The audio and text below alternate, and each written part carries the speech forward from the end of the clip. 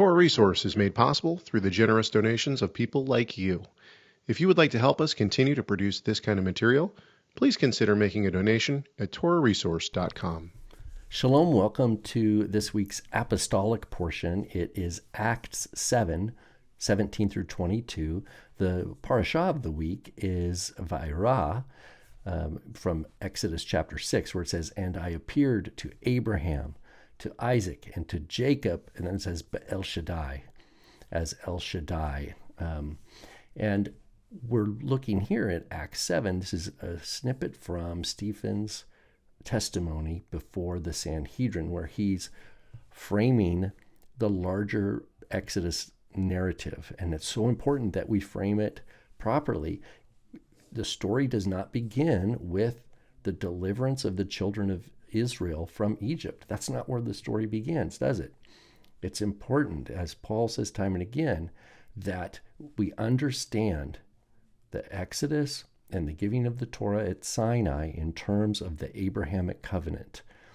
Yeshua makes the same point in John chapter 7, where he's talking to them about circumcision, that they circumcise a man even on the Sabbath, and that it was not from the law of Moses, but it was from the fathers. So even Yeshua himself is sure to communicate when he's teaching about the Torah of Moses, that it's nestled properly in its correct historical framework as the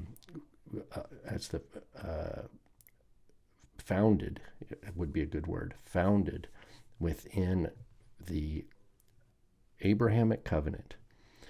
And this is so crucial. So we're going to get into that point here today. But let's read through this section from Acts 7. I've got accordance open here with the NASB 2020. It says, "But as the time of the promise which God had assured to Abraham was approaching," and this is so crucial, this phrase that God had made a promise. So it's talking about God's faithfulness. "But as the time of the promise which God had assured to Abraham was approaching, the people increased and multiplied in Egypt." Of course, we learn all about this in Exodus chapter 1. "The people increased and multiplied in Egypt until," and then the NASB puts in bold here, telling us it's citing the Torah, "until another king arose over Egypt who did not know Joseph. It was he," that is that king, "who shrewdly took advantage of our nation, mistreated our fathers in order that they would abandon their infants in the Nile so that they would not survive. At this time Moses was born, and he was beautiful to God. He was nurtured for 3 months in his father's home. And after he had been put outside, Pharaoh's daughter took him away and nurtured him as her own son. Moses was educated in all the wisdom of the Egyptians, and he was proficient in speaking and action." So here, again, we're just looking at a snippet of Stephen's testimony before the Sanhedrin, and he's giving a overview of the first chapters of Exodus. And what's so crucial here, though, is this opening line: "As the time of the promise which God had assured to Abraham was approaching." That means the Father already had the time fixed. There wasn't a way where Israel was going to accelerate the redemption, make redemption happen sooner. Nor could Israel do anything to delay the redemption. The time had already been set. And this is important. So I'm going to go back. We're going to look at Genesis 15, where we learn this very promise that Stephen's referring to. This is taken right in the middle of Genesis 15. You'd want to go back and look at the whole passage. But here it says, "Now when the sun was going down, remember Abraham was told, well, it's Avram here, he's Abram. He has taken these animals and he's split them and put in two and laid them in a pattern on the ground, thinking that he was going to be part of this covenant, taking this obligation of the covenant upon himself. And here, though, we cut in, it says, when the sun was going down, a deep sleep fell upon Abram. Now, this tardema in Hebrew, that's the same word that is used for Adam's sleep when God created Eve and built Eve out of his side. Behold, terror and great darkness fell upon him. And God said to Abram, know for certain that your descendants will be strangers in a land that is not theirs, where they will be enslaved and oppressed for 400 years. But I will also judge the nation whom they will serve, and afterward they will come out with many possessions. As for you, you shall go to your fathers in peace, in shalom. You will be buried at a good old age. Then in the 4th generation they will return here, for the wrongdoing of the Amorite is not yet complete. So this is God's timekeeping that we're learning about, not Abram's, not Moses's, but God's. God has a plan, and he's orchestrating events according to his sovereign will, his own counsel. So when we read back to Acts 7:17, as the time of the promise which God had assured to Abraham was approaching, this was it. This was the time where God remembered his covenant. He had not forgotten about Israel. He was not ignorant of their sufferings or anything like that. Indeed, the time had come. And so therefore, that means the Pharaoh was also part of God's plan. And so I want to look one more passage here from Romans 9. Because is it just?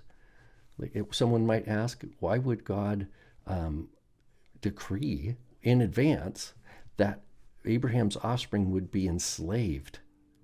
How did he know they'd be enslaved? That means there had to be an enslaver. And the enslaver, the Pharaoh, hadn't even been born yet. So this Pharaoh that would enslave Israel had not even been born, but yet God is telling. Now, he didn't tell Abram what nation it was going to be. He just gave him some of the information. The nation that enslaves them, though, he will judge. So God's already has in mind his judgment of Egypt.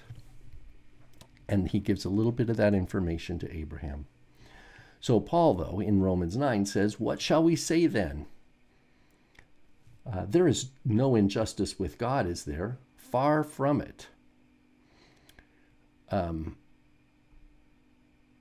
For he says to Moses, I will have mercy on whomever I have mercy. Now this is later from the book of Exodus. I will show compassion to whomever I show compassion. This is what God says to Moses after the golden calf incident, where Moses had destroyed the 2 tablets that had the 10 words, and Moses is about to be instructed to go and get a new pair of tablets and get the same words inscribed upon those tablets as were the first. So this is in Exodus 32, 33, 34. And he says, I will have mercy on whomever I have mercy. I will show compassion to whom I will show compassion. That means God keeps his own counsel. He doesn't seek man's opinion. He doesn't ask for any certain credentials or any kind of performance. His mercy and his compassion come from his character. So then, it does not depend on the person who wants it, nor the one who runs, but on God who has mercy. For the scripture says to Pharaoh, and this is in our Exodus story as well, for this very reason I raised you up, in order to demonstrate my power in you, and that my name might be proclaimed throughout the earth. So then he has mercy on whom he desires, and he hardens whom he desires.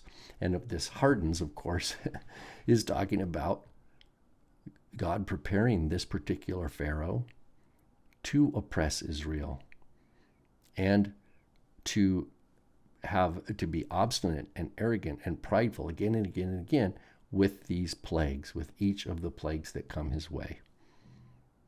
For this very reason I raised you up, God says to Pharaoh, in order to demonstrate my power in you, that my name might be proclaimed throughout the earth. It's about God's glory. And then we continue on. Well, you will say to me then, why does he still find fault? That is, why does God find fault with Pharaoh? For who has resisted his will? On the contrary, Paul says, who are you, you foolish person, who answers back to God? The thing molded will not say to the molder, why did you make me like this? Will it? Or does the potter not have a right over the clay to make from the same lump one object for honorable use and another for common use? What if God, although willing to demonstrate his wrath and to make his power known, endured with great patience objects of wrath prepared for destruction? And he did so to make known the riches of his glory upon objects of mercy, which he prepared beforehand for glory. So the meaty theological message that Paul is given here, all based on these passages from Exodus.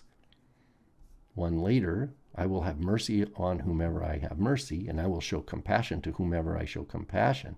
And one earlier in Exodus, for this very reason, God says to Pharaoh, I raised you up in order to demonstrate my power in you and that my name might be proclaimed throughout the earth. He does this for his own glory. And part of the expression of his glory is his covenant faithfulness. His covenant faithfulness is the promise that he made to Abraham. And that is what Stephen is pointing out here in Acts 7:17 to the Sanhedrin.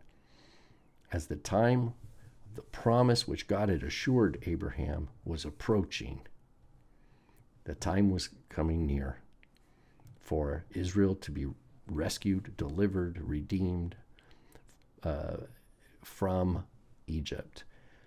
And God had put all the pieces in place. The oppressive Pharaoh, and he gave Moses. And Moses, as it says, he was beautiful to God. That was God's choice. And God chose Moses, sent Moses to be the shepherd to deliver Israel from Egypt. Not because God just thought, oh, they're having a tough time, I think I should get these people out of this difficult predicament. They're being horribly treated. No. It had to do with his covenant promise all the way back, like we read in Genesis 15, for the sake of expressing his own glory, of showing his glory, and that his name would be known. His glory would be known throughout all the earth. So this is wonderful scripture for us to be reading, these parashot at the beginning of Exodus that help us understand there is a continuity between Genesis and Exodus. Of course, why wouldn't there be? But we need to always remember that the core of the covenant relationship with God is that he is the source of mercy. He is the source of compassion. And for those who are beneficiaries of that mercy and compassion, it is not based on works. It's not something we do to earn God's favor. Rather, it is what God does on behalf of his own glory, on behalf of his own holiness, his own faithfulness, his own love, to express himself to vessels prepared to be beneficiaries or recipients of his loving kindness. And he does that through Yeshua. So I hope this was a good study for you. Maybe just to refresh your mind on some of the big picture items here. But thank you and Shabbat Shalom.